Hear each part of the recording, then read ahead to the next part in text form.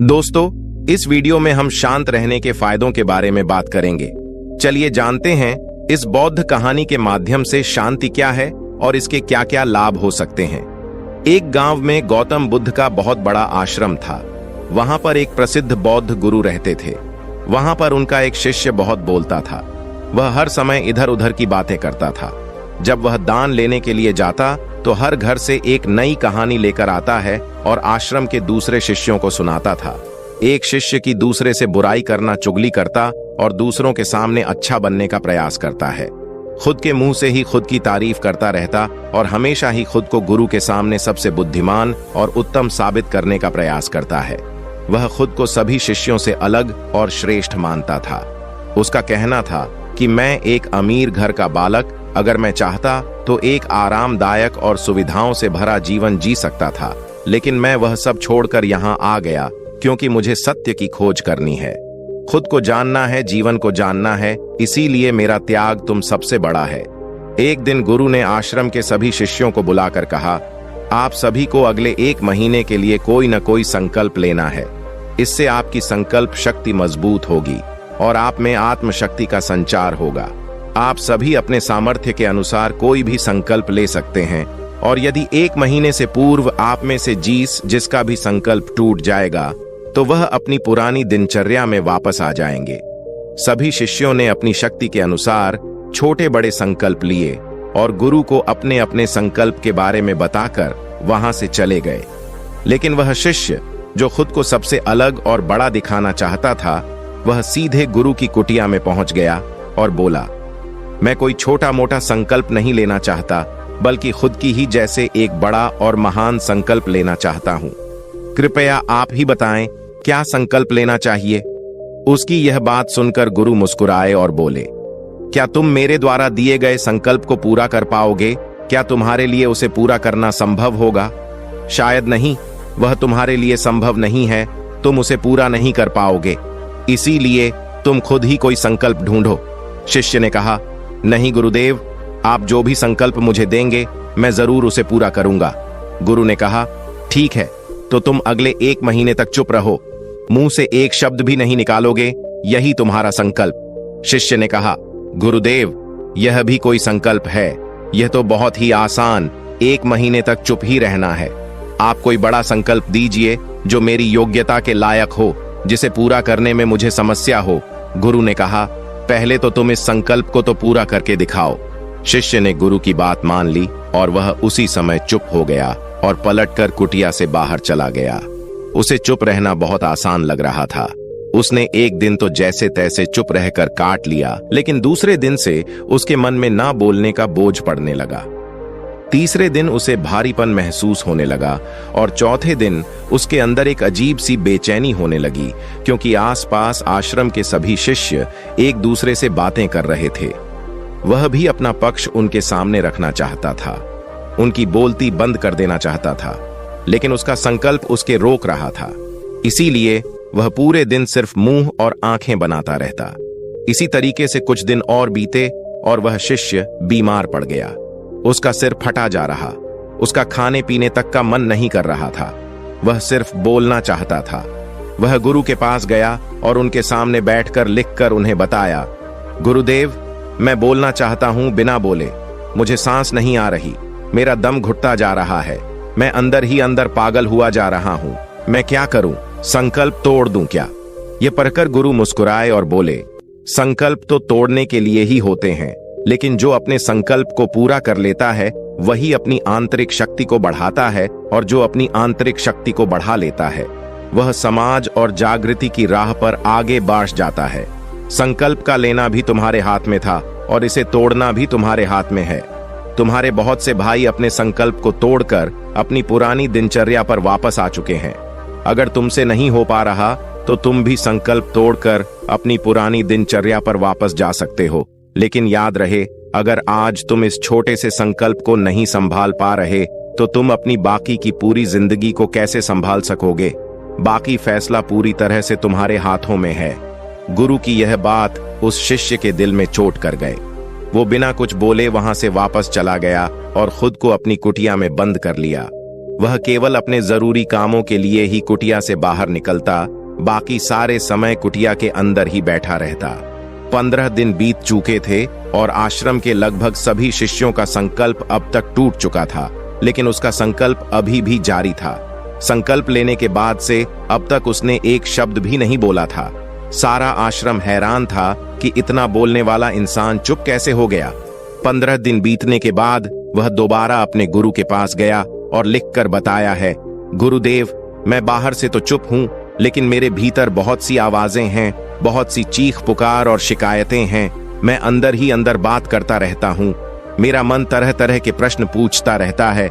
मैं बाहर से जितना मौन हूं, भीतर से उतने ही शोर शराबे से भरा हुआ हूं।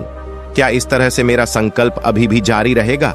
गुरु ने कहा, हाँ, तुम्हारा संकल्प अभी भी जारी है, लेकिन जब तक लोगों की ये आवाजें तुम्हारे कानों में पड़ती रहेंगे, तुम्हारा मन बोलता रहेगा, क्योंकि इसको तो आदत है बोलने की।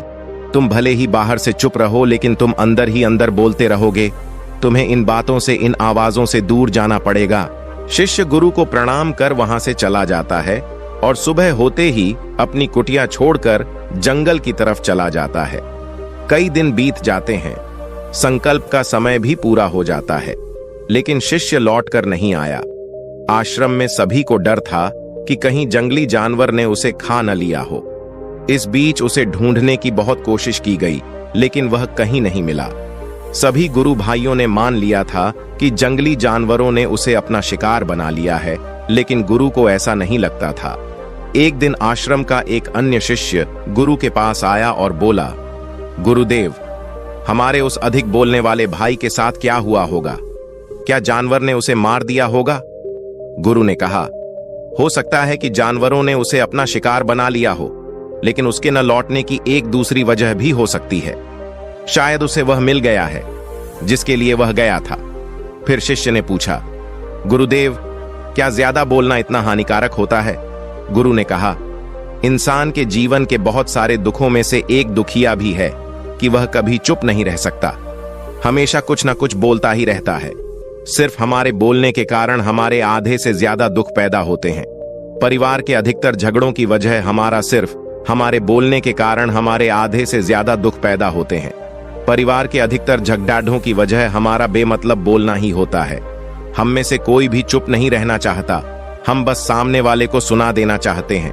जो भी हमारे मन में है सब निकालकर उसके मन में बैठा देना चाहते हैं, उसे समझा देना चाहते हैं कि देख, तू गलत है और मैं सही। और इस तरीके से सब एक दूसरे की सारी गलत बातों को ग्रहण कर रहे हैं। इस तरीके से सुनने और सुनाने का यह काम जिंदगी भर चलता रहता है, लेकिन इस नासमझी में हम अपना समय, अपना जीवन, अपनी समझ और सबसे महत्वपूर्ण व कीमती पल जो जिए जा सकते हैं, जिनको अनुभव किया जा सकता है, जिनमें आनंद को प्राप्त किया जा सकता है, यह सब खो देते हैं। लेकिन इसके बदले हमें मिलता क्या है? कुछ नहीं, सब व्यर्थ और बर्बाद हो जाता है। इस पागलपन में हमने क्या खो दिया, इसका एहसास केवल कुछ ही लोगों को हो पाता है। बाकी लोग जैसे उन्हें अपने आने का पता नहीं, वैसे ही उन्हें अपने जाने का भी पता नहीं चल पाता। शिष्य ने कहा, तो फिर इसका समाधान क्या है? गुरु ने कहा, पूरी जागरूकता के साथ अपने विचारों को देखना यही एकमात्र तरीका है। सारी मानसिक समस्याओं का वर्तमान में रहकर चिंतन करना, पूरी जागरूकता के साथ अपना काम करना जिंदगी में चमत्कारिक बदलाव ला देता है। उसके बाद वह शिष्य गुरु से अपने प्रश्नों का उत्तर पाकर उनको प्रणाम करके वहां से चला गया। उस शिष्य को आश्रम छोड़कर गए हुए 3 महीने का समय बीत चुका था, लेकिन उसकी कोई खबर न थी। अब तक तो सभी गुरु भाइयों ने भी उसके वापस लौटने की उम्मीद छोड़ दी थी, लेकिन एक दिन वह आश्रम लौट आता है। उसे देखकर सभी के आश्चर्य और खुशी का ठिकाना न रहा। लेकिन अब वह नहीं था जो यहां से गया था, वह कुछ और ही बनकर वापस आया था। उसके अंदर एक गजब का बदलाव महसूस किया जा सकता था। उसके चेहरे पर एक गजब का ठहराव और आंखों में बनी शांति थी। आश्रम में आते ही सभी गुरु भाइयों ने उसे चारों तरफ से घेर लिया और बातें करने लग गए। वह भी अपने गुरु भाइयों से बातें करने लगा। उससे बात करने वाले सभी ने यह अनुभव किया कि अब वह पहले जैसा उतावला और बातूनी नहीं रह गया था। उसके मुंह से एक एक शब्द बहुत ही सुलझे हुए और मधुरता के साथ निकल रहे थे। थोड़ी देर तक गुरु भाइयों से बात करने के बाद वह सीधा गुड़ की तरफ चला गया। उसने गुरु के चरण छुए और कहा, गुरुदेव, क्या मैं अभी मौन? क्या अब भी मेरा संकल्प जारी है? गुरु ने कुछ देर तक शिष्य की आंखों में पड्ढे ध्यान से देखा और कहा, हां, तुम अब भी मौन हो। तुम्हारे मुंह से एक भी शब्द निकल नहीं रहा और तुम्हारा संकल्प अभी भी जारी है। शिष्य ने कहा, गुरुदेव, जब मैं आश्रम से गया तो मैं मुंह से तो चुप था, लेकिन मेरे अंदर बहुत सी आवाजें थीं। मन में बहुत से प्रश्न थे और वह बंद नहीं हो रहे थे, तो मैं जंगल में चला गया इस उम्मीद से कि वहां मुझे शांति मिलेगी और मेरे मन की बक-बक कम हो जाएगी। लेकिन मैं जितना एकांत में जाता गया, मेरे अंदर की आवाज उतनी ही तेज होती गई। मेरे भीतर की पुरानी से पुरानी आवाज मुझे सुनाई देने लगी। तब जाकर मैंने महसूस किया कि मैं कितना गलत कर रहा था। जब मैं अपने परिवार वालों, दोस्तों को और गुरु भाइयों को बुरा भला कहता था, तो उस समय मुझे लगता था कि मैं सही कह रहा हूं। जब मैं गुरु भाइयों की एक दूसरे से चुगली करता था और उनका मजाक बना था, तब भी मुझे यही लगता था कि मैं उनसे बेहतर हूं और मैं सही कर रहा हूं। लेकिन उस दिन मैंने पहली बार महसूस किया कि मैं कितना गलत बोलता था। काफी दिनों तक ये आवाजें, ये शिकायतें मेरे अंदर चलती रहीं, लेकिन धीरे धीरे करके एक दिन ये सारी आवाजें मेरे अंदर से समाप्त हो गई। अब मैं भीतर से भी मौन हो गया। उस घने जंगल में बाहर से कोई बोलने वाला था नहीं और भीतर कोई आवाज बची ही नहीं थी, और मैं उस दिन पहली बार मौत का सही अर्थ समझा। मेरे चारों तरफ बहुत शांति थी। हालांकि अभी भी कुछ आवाजें आ रही थीं जो पहले भी आती थीं, लेकिन मैं उन्हें सुन नहीं पाता था। बराबर वह सभी आवाजें मुझे स्पष्ट रूप से सुनाई दे रही थीं। हवा के चलने की आवाज, चिद्धियों के चहकने की आवाज और पानी के बहने की आवाज, ये सभी आवाज है। मैंने पहली बार पूरे होश पूर्वक सुनी। अपने चारों तरफ इतनी शांति मैंने पहले कभी महसूस नहीं की थी, तो इस शांति को भंग करने के लिए मैंने पहली बार अपने मुंह से कोई शब्द निकाला। मैं चिल्लाया, हे ईश्वर, ये कैसी शांति है? सभी कुछ इतना शांत क्यों है? ऐसा क्या हो गया? लेकिन मेरे चिल्लाने के बाद भी शांति भंग नहीं हुई। सब कुछ पहले जितना ही शांत था, बाहर भी और भीतर भी। हे गुरुदेव, मैंने अपने गुरु भाइयों से बात की, मैंने आपसे बात की। मैं बोल रहा, मैं चल रहा हूं, मैं सब कुछ देख रहा, लेकिन मैं अपने भीतर एकदम एकांत में, मौन में, भीड़ में होता हूं। तब भी भीतर से अकेला एकांत में होता है। जब मैं खुद में भी शोर करना चाहता हूं, तब भी एकांत में ही होता हूं। अब सब दिखाई पड़ने लगा है, सब सुनाई पड़ने लगा है। गुरु ने कहा, जब तक हम बाहर की तरफ बोलते रहेंगे, भीतर अशांति ही रहेंगे। लेकिन जिस दिन हम भीतर की तरफ बढ़ जाए, तब हमारे मुंह से कुछ भी निकलेगा, हम शांति रहेंगे। दुनिया में जितनी भी बुराइयां हैं, ज्यादातर हमारे बोलने से ही उत्पन्न होती है, क्योंकि हम चुप रहना नहीं चाहते। हम जितनी जरूरत है उससे कहीं ज्यादा बोलते हैं। हम सामने वाले को सुनना नहीं चाहते, बल्कि उसकी बोलती बंद कर देना चाहते हैं। उसे समझा देना चाहते हैं कि मैं कौन, मैं क्या कर सकता हूं, और यही हमारी जिंदगी का मकसद बनकर रह जाता है। हमारी सारी ऊर्जा व्यर्थ के बोलने में बर्बाद होती रहती है। ऐसे ही समाज में लोगों का जीवन दुखों से भर जाता है, जो हमेशा एक दूसरे को सुनाने में लगे रहते हैं। कभी एक दूसरे को सुनना नहीं चाहते, समझना नहीं चाहते, और चुप रहना तो उन्होंने कभी सीखा ही नहीं, क्योंकि चुप रहना उन्हें छोटा महसूस करवाता है। दुनिया की सभी लड़ाइयों का कारण हमारा बोलना ही है, इसलिए हमें सिर्फ उतना ही बोलना चाहिए जितना जरूरी हो, क्योंकि व्यर्थ का बोलना ऊर्जा को नष्ट करना है, और यह बोलना ही हमें कभी अपने भीतर की ओर लौटने नहीं देता, क्योंकि यह हमें बाहर की ओर खींच कर रखता है, और बाहर है ही क्या इस संसार के अलावा। लेकिन अगर अपने भीतर के संसार की ओर मोड़ना है, तो इस मुंह को बंद ही रखना चाहिए। इसीलिए जितने भी बुद्ध हुए, आत्मज्ञानी हुए, वह सभी एकांत की ओर भागे, क्योंकि उन्हें ज्यादा ना बोलना पड़े, ज्यादा सुनना ना पड़े। वह एकांत में रहें और शांत रहें, इसीलिए आसानी से भीतर की यात्रा कर पाए। लेकिन अगर कोई चाहे तो इस संसार में रहकर भी एकांत में रह सकता। वे सभी एकांत की ओर भागे, ताकि उन्हें ज्यादा ना बोलना पड़े, ज्यादा सुनना ना पड़े। वह एकांत में रहें और शांत रहें, इसीलिए आसानी से भीतर की यात्रा कर पाए। लेकिन अगर कोई चाहे तो इस संसार में रहकर भी एकांत में रह सकता है, शांत रह सकता है, लेकिन इसके लिए उन्हें अपनी ऊर्जा बचानी होगी, जिसे वह अब तक अपने व्यर्थ के शब्दों में बर्बाद कर रहे थे। दोस्तों, इस कहानी की सीख यही है कि व्यर्थ का बोलना ऊर्जा को नष्ट करना है।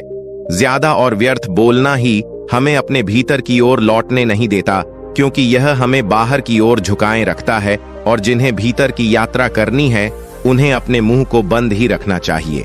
मुझे उम्मीद है कि आपको यह कहानी पसंद आई होगी और काफी कुछ सीखने को मिला होगा। कहानी के बारे में अपने विचार आप हमें नीचे कमेंट बॉक्स में कमेंट करके बता सकते हैं।